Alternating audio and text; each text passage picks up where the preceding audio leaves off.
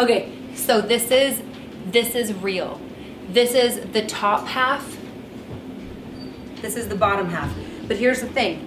You don't see the bottom half, but I just showed you the bottom half because we're friends.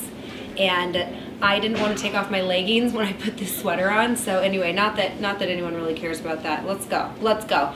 So I hope that you were sharpened by the word I shared with you last week, that you were encouraged, that you were just conscious, that you were intentional with the words that you're releasing over your kids, over your spouse, over the people that you're seeing at the supermarket. Just living with intentionality and living on purpose changes so much about your demeanor. And so this week, I really felt like I wanted all of us to focus on a spirit of peace.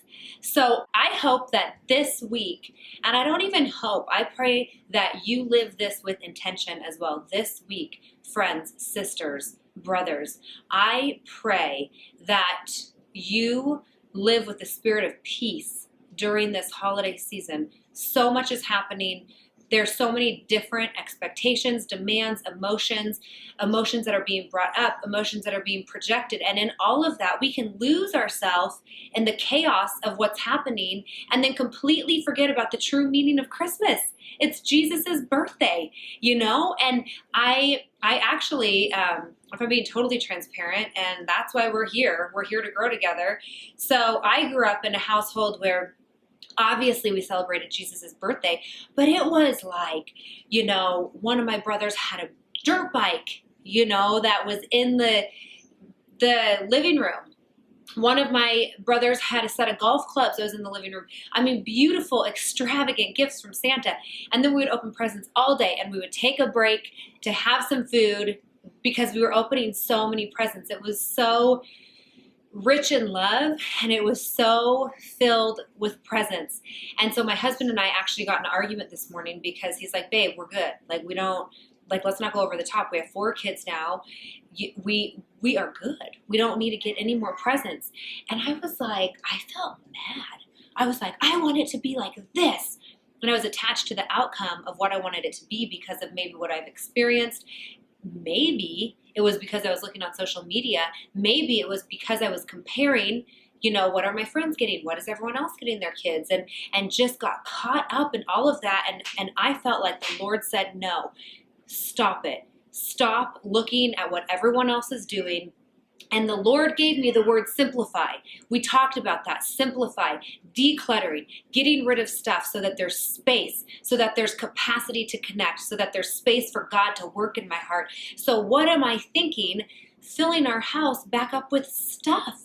And in that moment, I just had to release my ego. I had to release my pride.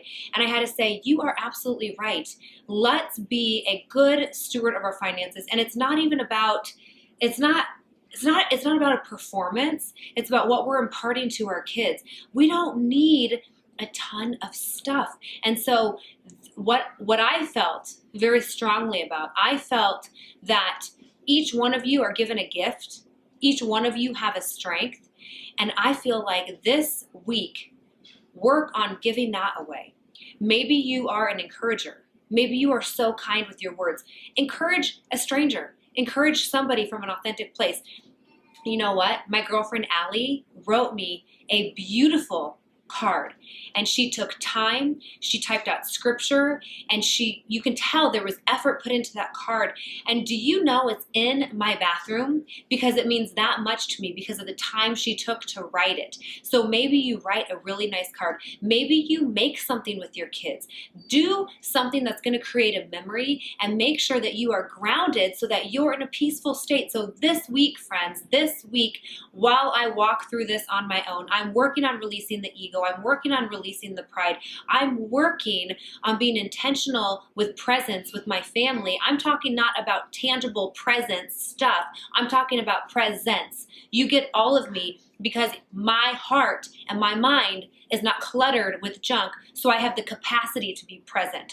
And so I pray you have an incredible, incredible holiday. I cannot wait to talk to you next week.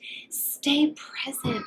Be filled with peace and give that away to your family and to your friends and to your loved ones. All right. Have a great week, you guys. Talk to you next week. Bye. I know your love is strong enough